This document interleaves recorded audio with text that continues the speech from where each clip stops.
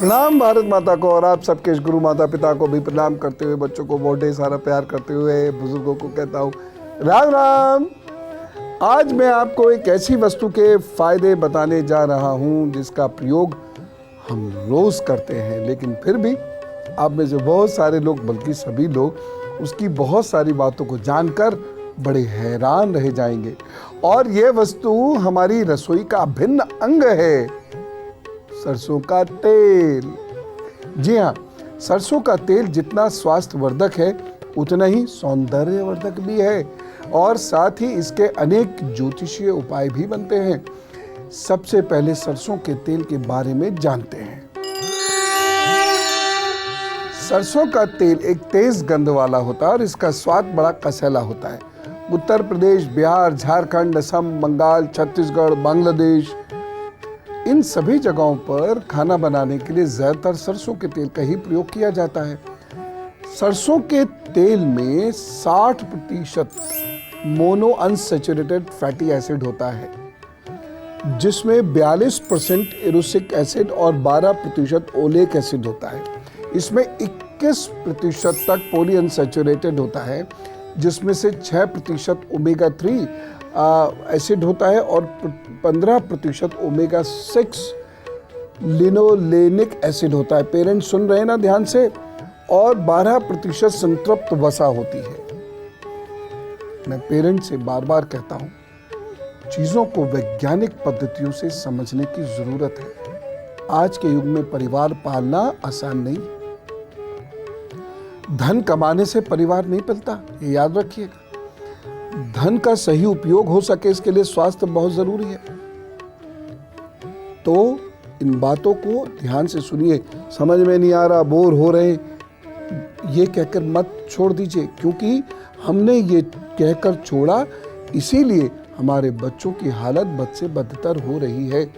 कृपा करके ज्ञान को उड़ेलिए, ज्ञान में नहाइए, क्योंकि ये चीजें यदि आप नहीं समझे तो माहौल बहुत खराब है। सीधा बच्चों के ऊपर हमला होता है और उस वक्त में आपको कुछ नहीं पता होता है। इसलिए इन सभी बातों को बहुत ध्यान से सुनिए और समझने की कोशिश कीजिए। हम बोर हो रहे करके बच्चों की किस्मत खराब मत करें। चलिए सरसों के तेल के बारे में कुछ खास जानकारियां ले लीजिए। सरसों के तेल को ज्यादा गर्म नहीं करना चाहिए, क्योंकि अधिक गर्म करने पर इसका महत्वपूर्ण घटक ओमेगा 3 समाप्त हो जाता है। और हम क्या करते हैं, सरसों के तेल को खूब अच्छे से गर्म करते हैं, फिर सब्जी डाल के और ज्यादा पकाते हैं।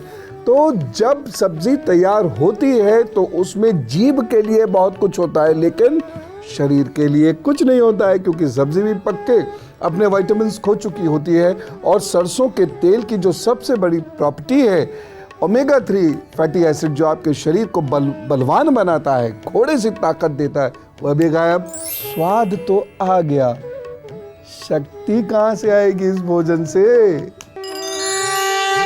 सरसों के तेल के बड़े फायदे होते हैं, जरा नोट कीजिए। सरसों के तेल में मैग्नीशियम और सेलेनियम पाया जाता है, जो अस्थमा को रोकने में मदद करता है।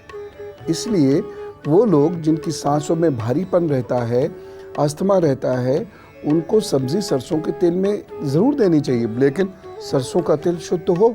यदि आपको भूख कम लगती है तो आप सरसों के तेल से भोजन बनाइए। इससे बना हुआ भोजन आपके लिए बेहतरीन एपेटाइजर का काम करेगा। जी हाँ, लेकिन बहुत जला जला या बहुत गर्म किया हुआ सरसों का तेल नहीं। इसके सेवन से शरीर में बनने वाले डाइजेस्टिव जूसेस प्रभावित होते हैं, जिससे भूख लगने लगती है। सरसों के तेल की सब्जी थोड़ा थोड़ा खाना शुरू कीजिए। बहता हुआ तेल आवश्यक नहीं। अब थोड़े से 1 चम्मच तेल में एक व्यक्ति के लिए आराम से अच्छी क्वांटिटी में सब्जी बना सकते हैं, बल्कि 2 भी खा सकते हैं। उससे आपके शरीर में बल भी आएगा और भूख भी खुलकर लगेगी। सरसों के तेल में मोनो अनसैचुरेटेड और पॉली अनसैचुरेटेड फैट्स होते हैं। मोनो और पॉली दोनों अनसैचुरेटेड फैट्स होते हैं, जिसकी वजह से सरसों के तेल में भोजन करने वाले लोगों के शरीर में कोलेस्ट्रॉल का संतुलन बना रहता है। और एलडीएल या बैड कोलेस्ट्रॉल कम होता रहता है।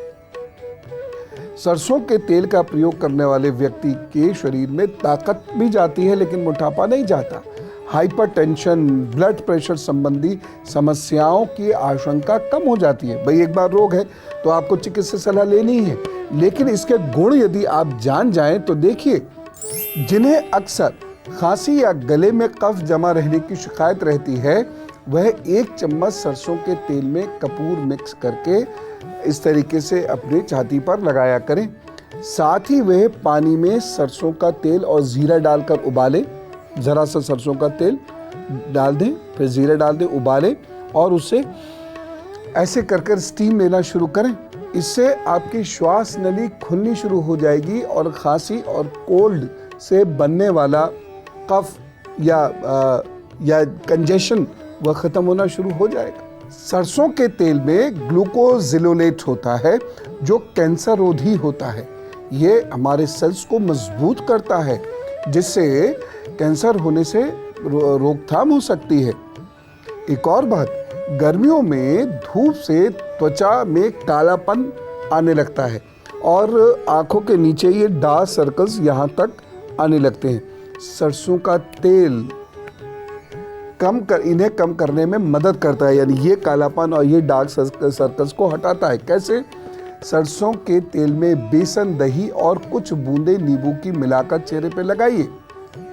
ये एक फेस मास्क सा बन जाएगा।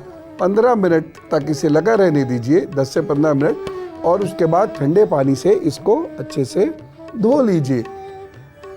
इस मास्क को हफ्ते में 2-3 बार लगाना शुरू कीजिए। खास तौर से जिन्हें सनबर्न हो जाता है उनके लिए ये गजब की औषधि बताई गई है विद्वानों द्वारा। सरसों के तेल में नारियल के तेल को मिलाकर फेस की 5 से 6 मिनट सर्कल में ऐसे ऐसे करके मसाज करने से सनबर्न या अचानक हुआ कालापन वह गायब हो जाता है। फिर गीली रुई से आप चेहरे को अच्छे से साफ कर लीजिएगा। इससे क्या होता है, चेहरा खिलता है क्योंकि ब्लड सर्कुलेशन तेज होने लगता है जो त्वचा का रंग भी साफ करता है और चेहरे में निखार भी देता है। सरसों का तेल हल्का और विटामिन ई से भरपूर होता है जिसकी वजह से जो बाहर की धूप है या अल्ट्रावायलेट रेज हैं या प्रदूषण है, इससे स्किन बच जाती है। ये वैसे भी आप जानते ही हैं, विटामिन ई को एंटी एजिंग क्रीम भी कहते हैं, है ना। तो ये विटामिन ई एंटी एजिंग है। सरसों के तेल में ये होने की वजह से ये झुर्रियों को भी कम करता है। सरसों का तेल एंटी बैक्टीरिया भी होता है, एंटी फंगल भी होता है, जिसकी वजह से त्वचा से जुड़ी हुई समस्याओं में ये बहुत फायदेमंद सिद्ध होता है। सरसों के तेल में विटामिन और मिनरल्स होते हैं, इसलिए इससे बालों को पोषण मिलता है। बहुत सारे बच्चे नहीं लगाते, कहते हैं कि बू आती है, लेकिन बाल भी तो अच्छे होते हैं। अरे सुबह को अच्छे से धो लेना। सरसों के तेल में बीटा कैरोटीन की मात्रा बहुत होती है जो बाल को बढ़ने में मदद करती है। जी हाँ, बाल बढ़ते हैं जो लोग सरसों का तेल लगाते आते हैं। सरसों के तेल में आयरन होता है, फैटी एसिड्स होते हैं, कैल्शियम, मैग्नीशियम होता है जो बालों के लिए बड़ा फायदेमंद सिद्ध होता है। मच्छरों से बचने के लिए रात में सोने से पहले सरसों का तेल शरीर पर लगाना चाहिए, इससे मच्छर नहीं काटते। खासकर मलेरिया होने का खतरा नहीं रहता ऐसे में। सरसों के तेल में कपूर मिलाकर मालिश करने से गठिया में आराम मिलता है। जी हाँ, सरसों के तेल में कपूर डाल के उसे धूप में रख दीजिए और उसके बाद उसको घुटनों पर या जहाँ जहाँ दर्द होता है जोड़ों में, वहाँ लगाना शुरू कीजिए, बहुत लाभ होगा। और अब गुरु मंत्र, एक बड़ी जरूरी चीज, यदि आपका शनि खराब है तो नाखून पर सरसों का तेल लगाएं। यदि आपका शनि खराब है तो शनिवार को सरसों के तेल का दान करें।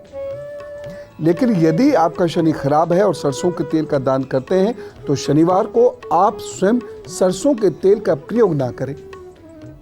ये शनि को सुधारने का अद्भुत उपाय है। खास तौर से आप शनि की कठोर 7.5 से गुजर रहे हो और शनि आपके सारे कामों को बिगाड़ता चला जा रहा हो और अब आपकी बुद्धि भी खराब हो रही है, गुस्सा चिड़चिड़ापन बढ़ता जा रहा है, तो रुई में ज़रा सा सरसों का तेल लें और नाखूनों पर लगाकर सोने का अभ्यास करें। अच्छा होगा।